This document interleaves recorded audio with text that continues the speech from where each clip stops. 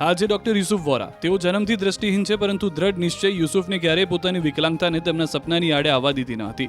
સખત મહેનત કરીને લોકોને કસરત કરાવી, આરોગ્ય અપાવી, સાથે સાથે દર્દીઓને મોટિવેટ પણ કરવાનું કામ કરી રહેલા વ્યક્તિ વિશે જાણીને તમને પણ તેમના પર માન થશે. યુસુફ વોરા ફિઝિયોથેરાપીનો અભ્યાસ કરી ડોક્ટર બન્યા અને છેલ્લા 20 વર્ષથી છોટાઉદેપુર ખાતે પોતાનું ક્લિનિક ચલાવે છે. ડોક્ટર યુસુફ પ્રજ્ઞાચક્ષુ હોવા છતાં જાતે જ સમગ્ર ક્લિનિકનું સંચાલન કરે છે અને ક્લિનિકમાંના તમામ ઉપકરણોને આસાનીથી ચલાવી દર્દીઓને સારવાર આપે છે. ડોક્ટર યુસુફ પ્રજ્ઞાચક્ષુ હોવા છતાં લોકોને તેમના ઉપર પૂરો વિશ્વાસ છે અને તેમની પાસે ઇલાજ કરાવી તેમની કાર્યશૈલીને વખાણે છે. Doctor Yusuf mobile, social media અને લેપટોપ જેવા આધુનિક ઉપકરણો પણ નિયમિત ઉપયોગ કરે છે અને સામાન્ય વ્યક્તિની જેમ પોતાનું જીવન ગુજારે છે. ડોક્ટર યુસુફનો કિસ્સો દ્રષ્ટિહીન લોકોની સાથે તમામ માટે પ્રેરણાદાયી છે. હું બચપનથી જ ટોટલી બ્લાઇન્ડ છું અને ઇન્ડિપેન્ડન્ટ છું.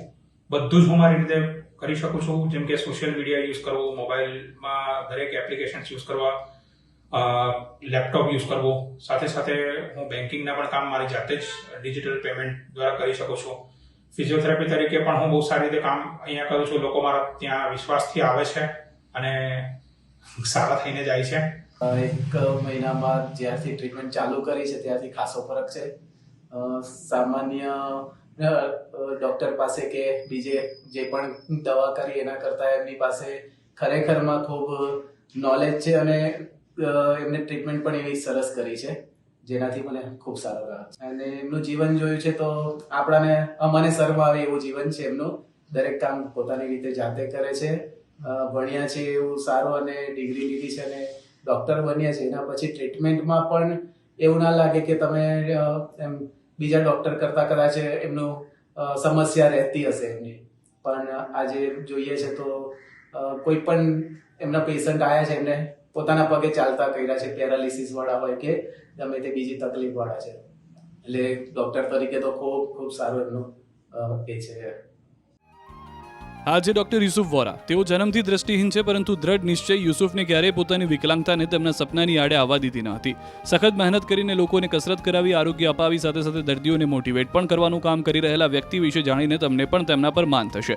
યુસુફ વોરા ફિઝિયોથેરાપીનો અભ્યાસ કરી ડોક્ટર બન્યા અને છેલ્લા 20 વર્ષથી છોટાઉદેપુર ખાતે પોતાનું ક્લિનિક ચલાવે છે.